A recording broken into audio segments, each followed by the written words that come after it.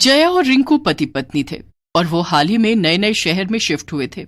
इसके पहले रिंकू और जया दोनों ही दूसरे शहर में काम करते थे और अब उन दोनों का एक साथ प्रमोशन हो गया था। रिंकू ने नए शहर में बड़ी मुश्किल से एक घर किराए पर ले लिया था। घर 2 मंजिल का था और मकान मालिक दूसरी मंजिल पर रहता था। क्या जी, आपको भी यही घर मिला था किराए पर लेने के लिए? अरे ये घर कितने सुनसान इलाके में है, मार्केट से भी कितना दूर है, और ऊपर से ये मकान मालिक भी कितना अजीब है, केवल फोन पर ही बात करता है, सामने नहीं आता है। क्या जया, तुम्हें इस सब से क्या लेना देना है? हम लोग दिन भर तो काम से बाहर ही रहेंगे और रात को घर आकर थक के सो जाएंगे, तो फिर तुम्हें मकान मालिक से इतना क्या लेना देना? और हमारे पास तो कार भी है ना, तो मार्केट चाहे जितनी दूर हो, हम तो आराम से आ जा सकते हैं ना। क्या आप भी? आपको तो मेरी हर बात ही गलत लगती है। वो इसलिए क्योंकि तुम हर चीज में कमियां ही निकालती रहती हो। अब चलो, ये सब छोड़ो और खाना बनाओ, मुझे बहुत भूख लग रही है। रिंकू ने जया की बात को नजरअंदाज कर दिया और दोनों खाना खाकर सो जाते हैं। रात काफी हो गई थी और हर तरफ सन्नाटा था। अचानक से कुछ शोर होता है जिससे जया की नींद खुल जाती है। अरे ये शोर कैसा था? जया तुरंत अपने कमरे से निकलकर बाहर जाकर देखती है। उसे दिखता है कि कोई आदमी तेजी से सीढ़ियों से ऊपर भागता हुआ गया है। वो आदमी इतनी तेजी से भाग रहा था कि जया उसका चेहरा नहीं देख पाती है। ये क्या? लगता है कि ये ऊपर रहने वाला मकान मालिक था, लेकिन ये अपने ही घर में ऐसे चोरों की तरह क्यों भाग रहा है? खैर, मुझे क्या, मुझे तो वैसे भी ये अजीब ही लगता है। फिर जया वापस अपने कमरे में जाकर सो जाती है। अगले दिन जया की छुट्टी थी और रिंकू ऑफिस चला जाता है। जया आराम से टीवी देख रही थी, तभी जया को ध्यान आता है कि उसे कपड़े सुखाने हैं। अरे यहाँ तो कोई बालकनी ही नहीं है, अब मैं क्या करूं? इतने सारे गीले कपड़े इकट्ठे हो गए, इन्हें कैसे सुखाऊं? अरे हाँ, एक काम करती हूँ, छत पर जाकर सारे कपड़े फैला देती हूँ। जया सारे कपड़े लेकर छत पर जाने लगती है। जैसे ही वो सीढ़ियों पर कदम रखती है, ऊपर से एक भारी आवाज आती है। रुक जाओ, ऊपर मत आना। मैंने तुम लोगों को घर देने से पहले ही साफ साफ समझाया था ना कि तुम्हें ऊपर आना मना है। अरे दरअसल मुझे ये कपड़े छत पर फैलाने थे, इसीलिए मैं ऊपर आ रही थी। क्या तुमने ठीक से सुना नहीं कि मैं क्या कह रहा हूँ? तुम्हें जो भी काम करना है नीचे रहकर ही करो, ऊपर आना सख्त मना है। जया वापस अपने कमरे में चली गई, लेकिन उसे मकान मालिक पर बहुत गुस्सा आ रहा था। थोड़ी देर बाद रिंकू घर आ गया। उसके घर आते ही जया ने उससे मकान मालिक की बुराई करनी शुरू कर दी। कैसा अजीब सा आदमी है ये? अरे मैं क्या कपड़े अपने सर पर सुखाऊं? ना तो यहाँ पर बालकनी और ना ही छत पर जा सकते हैं। अरे जया, देखो, इतनी छोटी छोटी बातों का पहाड़ मत बनाओ। मैं कल ही एक नई वॉशिंग मशीन ले आऊंगा, तुम उसके ड्रायर में आराम से कपड़े सुखा लेना। रिंकू की बात सुनकर जया को और गुस्सा आ जाता है। वाह, क्या बात है, तुम तो उस खड़ूस का ही साथ दे रहे हो। ठीक है, मुझे भी तुमसे अब कोई बात नहीं करनी है। तुम्हें जैसा ठीक लगे वैसा करो। क्या है जया, तुम तो बस बात बात पर अब लड़ती ही रहती हो और कमियां ही निकालती रहती हो। अब भला तुम ही बताओ, क्या करूं मैं? नया घर ढूंढो, मैं यहाँ नहीं रह सकती, मुझे यहाँ सही नहीं लग रहा। जया जैसे ही घर बदलने की बात करती है, कोई जोर जोर से उनके घर का दरवाजा पीटने लगता है। हे भगवान, ये कौन है? कौन इतनी रात के दरवाजा पीट रहा है? मुझे बहुत डर लग रहा है। शांत हो जाओ जया, डरो मत, मैं देखता हूँ कौन है। रिंकू धीमे से दरवाजा खोलने के लिए बढ़ ही रहा होता है कि बाहर से एक डरावनी आवाज उन्हें सुनाई देती है। आवाज एक आदमी की थी। कोई भी यहाँ से कहीं नहीं जाएगा। तुम लोगों को अब यहीं इसी घर में रहना पड़ेगा। तुम दोनों बाहर नहीं जा सकते। और अगर तुम लोग बाहर निकले तो मैं तुम दोनों को मार दूंगा। इस डरावनी आवाज के बाद पूरे घर में एकदम सन्नाटा छा जाता है। ये कौन था? कितनी डरावनी आवाज थी। और ये क्या कह रहा था कि हम बाहर नहीं निकल सकते, वरना ये हमें मार देगा। अरे ये वही मकान मालिक था, पर दिन में तो इसकी आवाज ऐसी नहीं थी। अब पता नहीं क्या हो गया। और इसे कैसे पता कि हम घर बदलने की बात कर रहे थे? कहीं कहीं वो हम पर नजर तो नहीं रख रहा? मैं तो कहती थी कि ये जगह और मकान मालिक ठीक नहीं। अब क्या करें? हाँ हाँ, मुझसे बहुत बड़ी गलती हो गई। अब चुप हो जाओ मेरी माँ। यहीं रुको, मैं ऊपर जाकर देखता हूँ। अगर यहीं खड़े रहे तो जरूर कुछ ना कुछ हो जाएगा जया। वो भूत आएगा और हमें मार डालेगा, इसलिए कुछ ना कुछ तो करना ही होगा। तुम फिक्र मत करो, कुछ नहीं होगा। तुम यहीं रुको, मैं फिर रिंकू दरवाजा खोलकर सीढ़ियां चढ़ता है और ऊपर चला जाता है। ऊपर हर तरफ अंधेरा था और रिंकू देखता है कि ऊपर मकान मालिक का जो कमरा था उसका दरवाजा बंद था। रिंकू दरवाजा खटखटाने लगता है कि तभी पीछे से जया भी उसके पास आ जाती है। अरे मुझे नीचे अकेले डर लग रहा था तो मैं क्या करती। अब ये सब छोड़ो और ये बताओ कि ये भूत दरवाजा नहीं खोल रहा है क्या? तभी कमरे के अंदर से फिर से वही आवाज आती है। कौन है? हम आपके किराएदार हैं और आप ही अभी हमारे कमरे के बाहर आकर दरवाजा पीट रहे थे ना। आपको कैसे पता कि हम क्या बात कर रहे थे? आप पहले ये दरवाजा खोलिए और हमसे बात करिए, वरना हम ये घर छोड़कर चले जाएंगे। इतने में दरवाजा खुल जाता है और जया और रिंकू देखते हैं कि अंदर से एक बेहद डरावना भूत बाहर निकल कर आता है। भूत! हमारा मकान मालिक एक भूत है। जया पीछे हट जाओ, तुम भागो, मैं इसे रोकता हूँ। नहीं, अब कोई यहाँ से कहीं नहीं जाएगा। अब तुम दोनों सिर्फ इस घर में ही कैद रहोगे। तुम मेरे किराएदार हो। और तुम लोग जो भी बात करोगे मैं सुन सकता हूँ, चाहे मैं किसी भी कोने में क्यों ना हूँ। जया और रिंकू ये सुनकर डर जाते हैं और चुपचाप अपने कमरे में चले जाते हैं। कमरा अंदर से बंद करने के बाद जया रिंकू से कुछ बोलने ही जा रही होती है कि रिंकू उसे इशारा करके रोक देता है। जया, वो भूत हमारी सारी बातें सुन सकता है, इसलिए हमें बहुत ही धीरे बोलना चाहिए।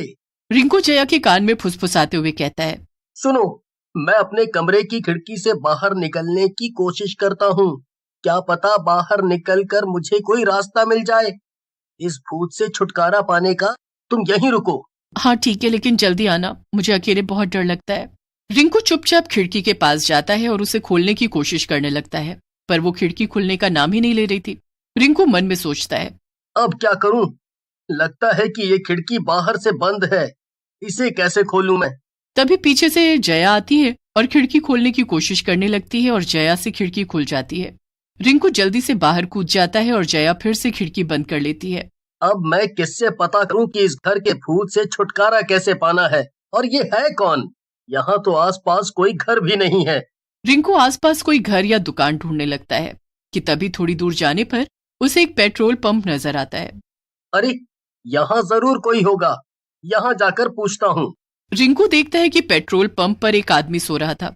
अरे भाई साहब, उठिए उठिए, हमें आपकी मदद की जरूरत है। आदमी नींद से जागकर कहता है, अरे क्या हुआ भाई साहब, आपके पास तो मुझे कोई गाड़ी भी नहीं दिखाई दे रही। क्या बात है, आप पेट्रोल किसमें डलाएंगे?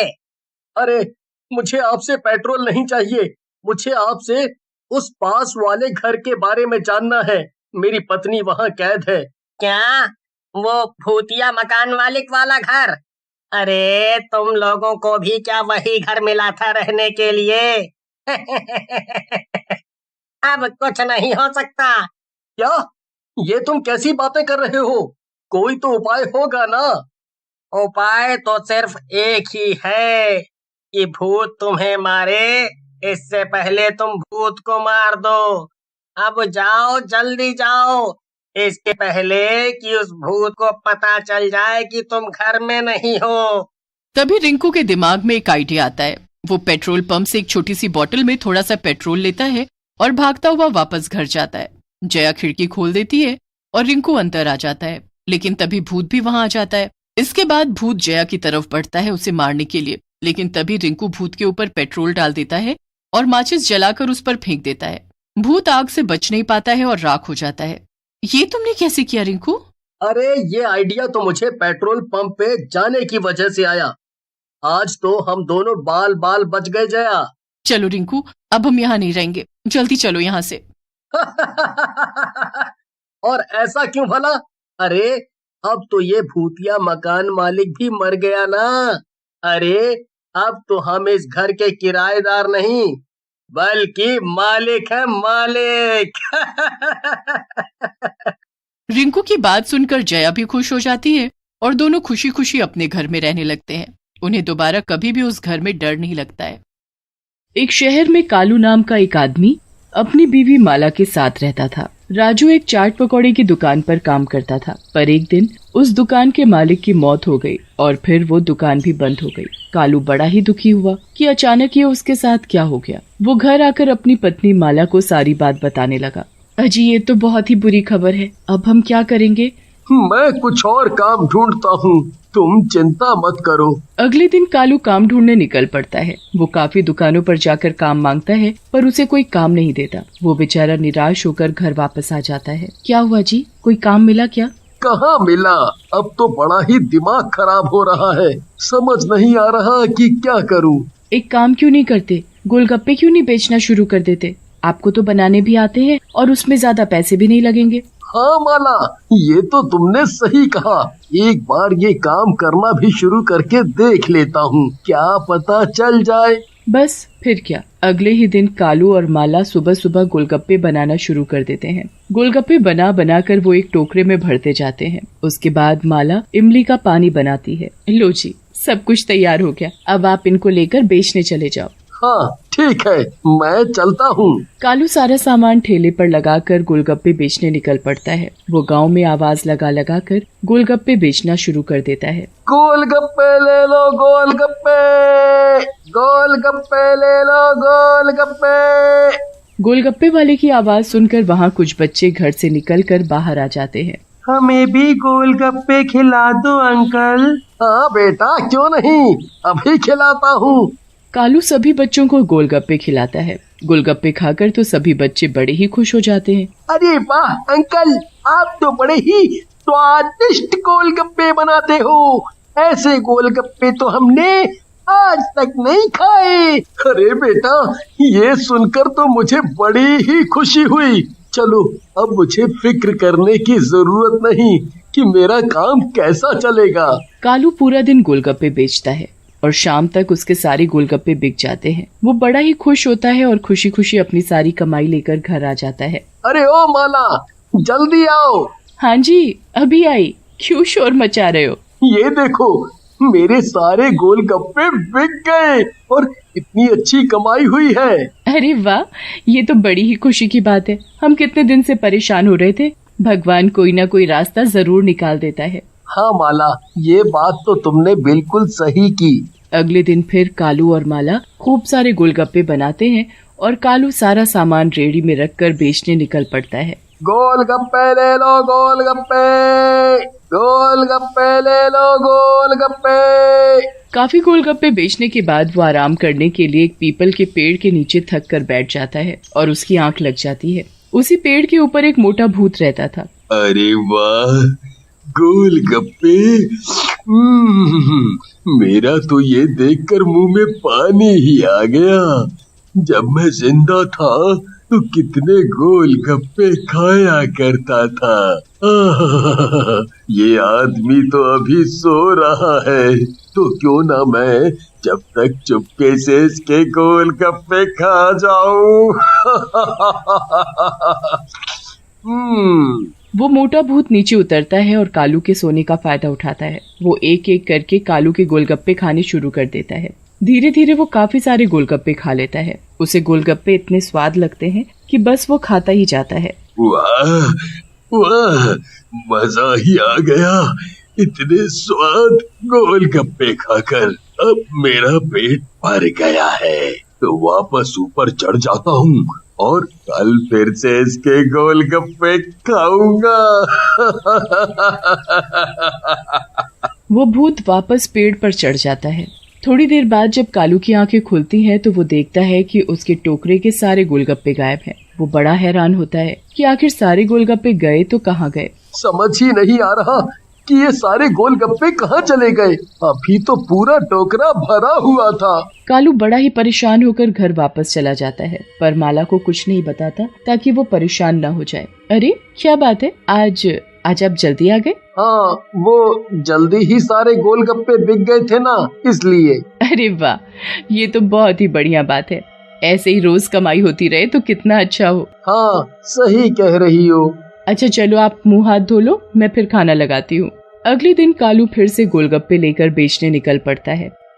दोपहर तक गोलगप्पे बेचने के बाद वो फिर से धूप के कारण उसी पीपल के पेड़ के नीचे थोड़ी देर आराम करने बैठ जाता है और फिर से उसकी आंख लग जाती है। जैसे ही उसकी आंख लगती है वो मोटा भूत पेड़ से उतरकर फिर से कालू के ढेर सारे गोलगप्पे खा जाता है। कालू की जब आंख खुलती है तो वो फिर से परेशान हो जाता है। काफी दिनों तक यही चलता रहता है। कालू को समझ ही नहीं आ रहा होता कि उसके गोलगप्पे कहाँ और कैसे गायब हो रहे हैं। आखिर इस बार वो घर जाकर सारी बात माला को बता देता है। आपने इतने दिन से मुझसे ये बात क्यों छुपाई, और आप काम के टाइम पर सोते ही क्यों हो? अरे दोपहर के वक्त इतना काम नहीं होता तो थोड़ा आराम कर लेता हूँ।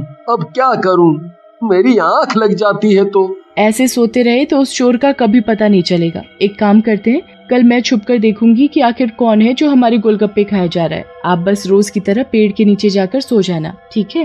हाँ, ये तो अच्छा तरीका है उसे पकड़ने का। बस फिर क्या, अगले दिन कालू और माला अपनी पूरी तैयारी कर लेते हैं उस चोर को पकड़ने की जो उनके गोलगप्पे खा रहा था। कालू रोज की तरह अपना गोलगप्पे की रेडी उस पीपल के पेड़ के नीचे लगाकर सोने का नाटक करने लगता है और माला दूर खड़ी उस चोर के आने का इंतजार करने लगती है। जैसे ही मोटा भूत कालू को सोते देखता है वो बड़ा ही खुश हो जाता है। आ गया गोलगप्पे वाला। मैं कब से इसके इंतजार में बैठा था। अब मैं पेट भर कर गोलगप्पे खाऊंगा।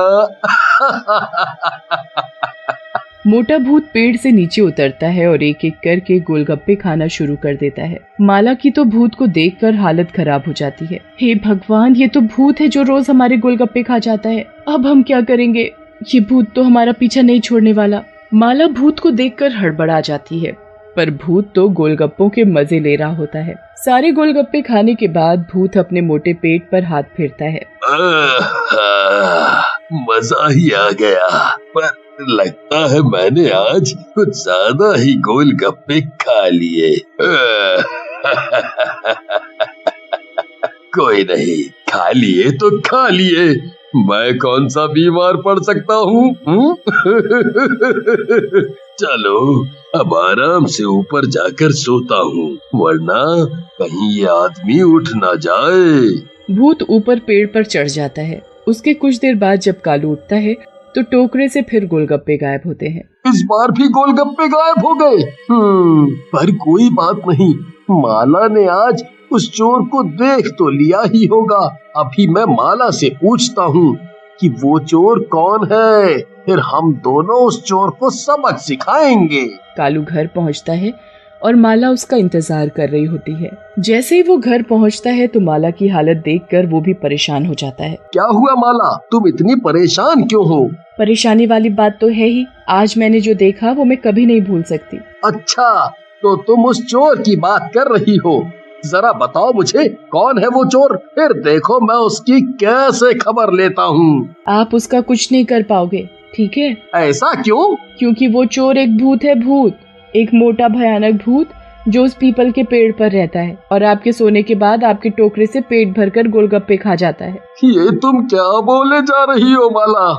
तुम होश में तो हो ना?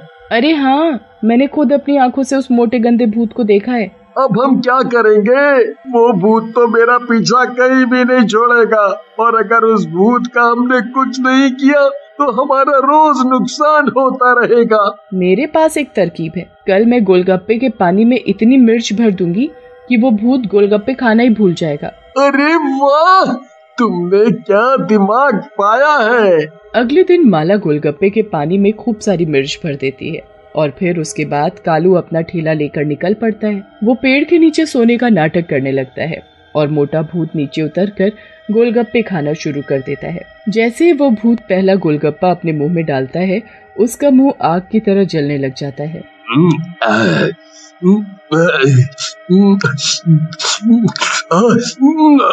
अरे मर गया रे, मैं मर गया। अरे मैं क्या करूं, मेरा मुंह जल गया। माला दूर से उस भूत की ऐसी हालत को देखकर बड़ी खुश होती है। कालू भी चुपके चुपके आंखें खोलकर देखता है तो उस भूत की हालत पर हंसने लगता है और उसकी हालत इतनी बुरी हो जाती है कि वो कभी दोबारा कालू के गोलगप्पों को हाथ भी नहीं लगाता।